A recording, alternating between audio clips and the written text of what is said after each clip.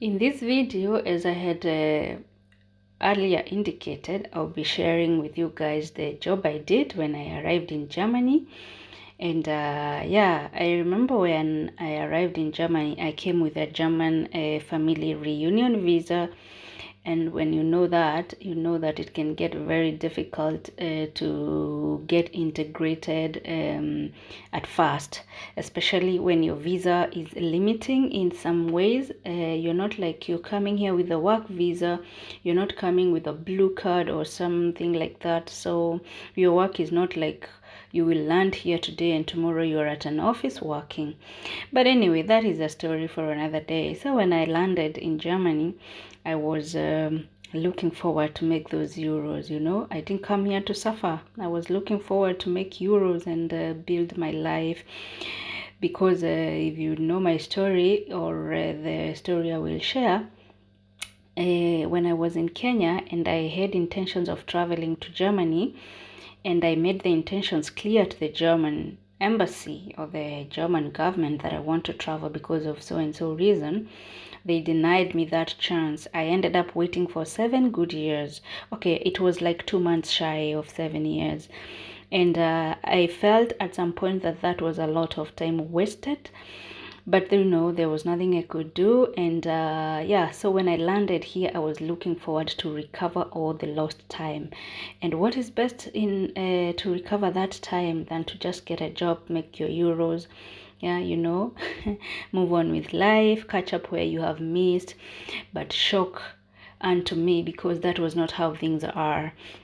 First of all, when you get here on a family reunion visa, for my case, I waited for another 2 months before I could get a permanent ID card. Let me just call it a permanent ID card that can allow you to work. I was just getting, I just had a letter that yes, I'm allowed, the visa was still valid, but I couldn't continue staying with the visa. So I needed a paper or a card that showed now I'm allowed to work here. And that took me 2 months. And those 2 months, I was so bored. I was just looking for ways to get out of this door.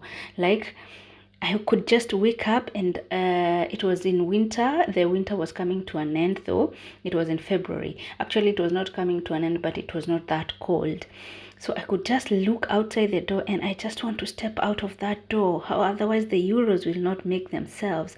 And so I was applying for jobs that I could see online. But what I didn't know is that your experience in Kenya, whether you had 10 years of experience or 20 years of experience, they were almost useless here before your papers get recognized. That's another video we'll do, because there are some mistakes I did with the papers that I really want to share with you, that you don't make the same mistakes as I did. So I started sending out papers, sending out applications of the jobs I thought I deserved. Oh, I want to work in an office behind a computer, listening to YouTube on the side. But shock on me, and reality was so different, because those jobs were not forthcoming. Oh, and no one talks about the rejection, the pain you get when you get rejected for a job. Yeah, so at some point I really had to realize, well, this is not going to work before I do the paper recognition, which is a whole lot process, a whole different process that we will talk about later. So when the first opportunity presented itself for me to work, it didn't matter what I was going to do, and a cleaning job came knocking. Ta-da! Yours truly took that job with open hands, and I'm telling you, I showed up every evening, because I used to work part-time in an office, in cleaning offices. I didn't work in an office, like sitting in an office. This company I worked for, they were outsourced by other things like hospitals, homes of the aged, and this time they had an office. You see, like how in Kenya we have Kenya Ports Authority. Here it's called Wasserstraßen und Schifffahrtsamt, and that is where I got my first cleaning job, through this outsourcing company. And my goodness, I did that work with a lot of dedication, because I was determined, and I was getting paid 13 euros. that was a motivation because it was not the lowest wage I could get. But the work itself was really tiring, guys. And it took me back to remember that back in Kenya, I worked for a parastatal, and I could see how the cleaning people used to come early in the morning. They do the cleaning, and then by the time it's 10 a.m., they are all seated down outside, basking on the sun. Sometimes they could sit on the staircases when it's so hot, and they stayed there up to 4 in the evening and left when other people are leaving. But here things are very different. I used to go to work at around 5 when everyone else have left their offices, because you need to clean when no one is there. And what was very challenging for me, as the title of this video say, it's not a lie, it's not exaggeration. On a normal day, I used to clean 100 and roughly 100, because I had to clean 2 blocks, and one block had 56 offices and 6 toilets and a kitchen and an archive where I had to wipe and, do all the cleaning stuff. And the other building that I used to do had 41 offices, a big dining area, a kitchen, and this one had 4 toilets and 2 urinals, if I may mention that.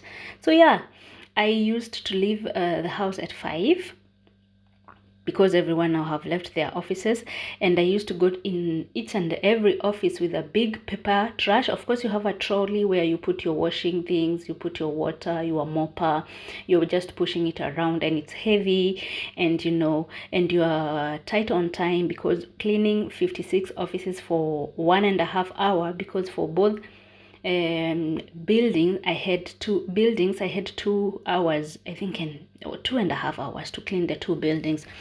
So I used to tell myself I will take 1 hour and a half, or about that, 1.5 hours to clean the building that had many houses, many offices, sorry, and then clean the other one with 1 hour or something. And it was hectic. If I didn't manage within that time, it is my problem. I'm the one who will work overtime without getting paid. I used to go home and find my daughter sleeping, because maybe sometimes I took so long, I was so tired. I used to go back a little bit. I could go in the offices with the trash can. I empty the things that I could do every day was empty the trash cans. You empty every trash can in every office. You wipe the tables, because we were during Corona time. We were just coming out of Corona and people are really afraid. So you had to sanitize the computers, the mouse, the door handles every day for those 56 plus 41 offices. The toilet was another case, because the toilets, I had to really scrub the toilet every day. There was not an exemption. Every day was, you have to clean the mirrors in the toilet. And if someone comes and see a drop of saliva, a drop of water, a splash of water, then your boss will be calling you for some So I used to really do proper scrubbing of those toilets, my goodness. And then every 2 times a week I had to vacuum the offices, because they were all carpeted, and the hallways and the archive, because it was gathering dust. Okay, they don't want to see dust, so you have to be very meticulous in whatever you do. So I used to clean 2 times, vacuum all the offices 2 times a week, and 1 time a week wash the floors in the archives and wipe. But the kitchen, the toilet, and emptying the dustbins and sanitizing, I used to do it every day, every single day. And I remember there's a time, my colleague, she was from Russia. She lost her mom and she had to travel to Russia for almost a month. And I had to take her job. I didn't have to, but the boss asked me whether I can do that job instead of him trying to look for someone else. It was so hectic. And me, I saw the chance to make more money. I really wasn't paying attention to my health, because, if I was sure of what I was signing for, I think I would have said no. But that is water under the bridge. So I said, yes, I will work for this almost one month for the colleague. And that is when I ended up washing, as the title say, 150 offices and 16 toilets. within a span of 4 hours. My goodness, I was tired. I was absolutely tired. And this job taught me a lot. I learned to talk German a little bit better than I came in this job. You see, it was my first contact with people. And I would encourage anyone, don't be afraid of taking up any jobs, especially when you're waiting.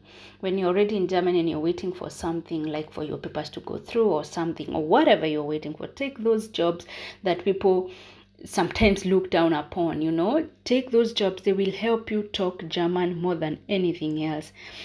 So that was one advantage. I learned a bit of German. I could talk with the night shift soldiers, as in the security guards, and it got me exposed to a lot that I learned. In those offices, I would go in one office and just think, oh my, how lucky can people be who are working in such offices?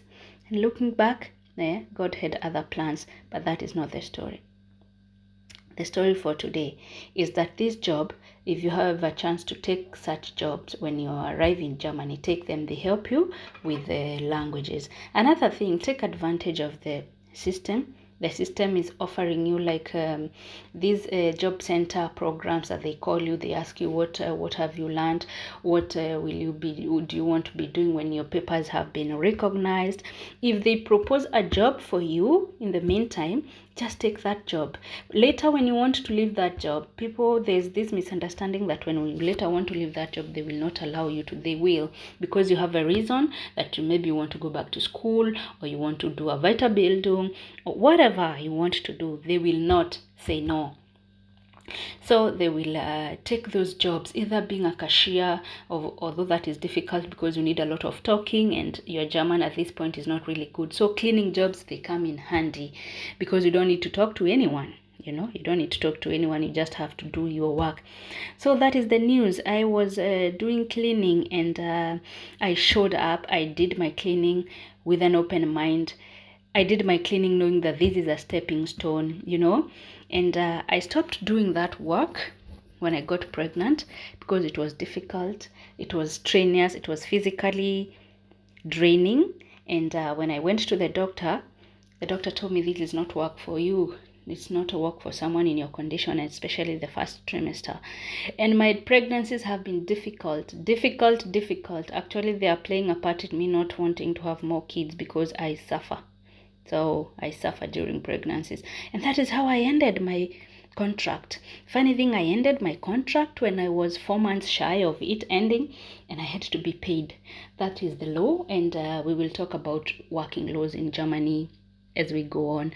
And I'm happy that you have watched this video. Don't forget to subscribe, and I hope it have really helped you to know that you can start anywhere. I'm not saying that I am doing far good right now where I am, but I'm saying I am not where I started. I'm looking forward to more things, because if God have decided that Anne will be a CEO one day in Germany, who am I to say no? I welcome it with open hands. I be ambitious. I look for ways to grow my career.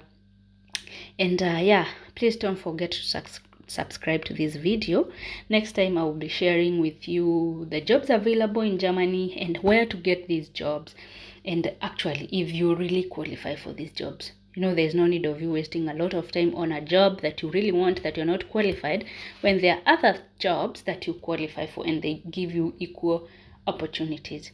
So until next time, guys, I wish you a very good time wherever you are. Please don't forget to subscribe, and I love you. Bye bye.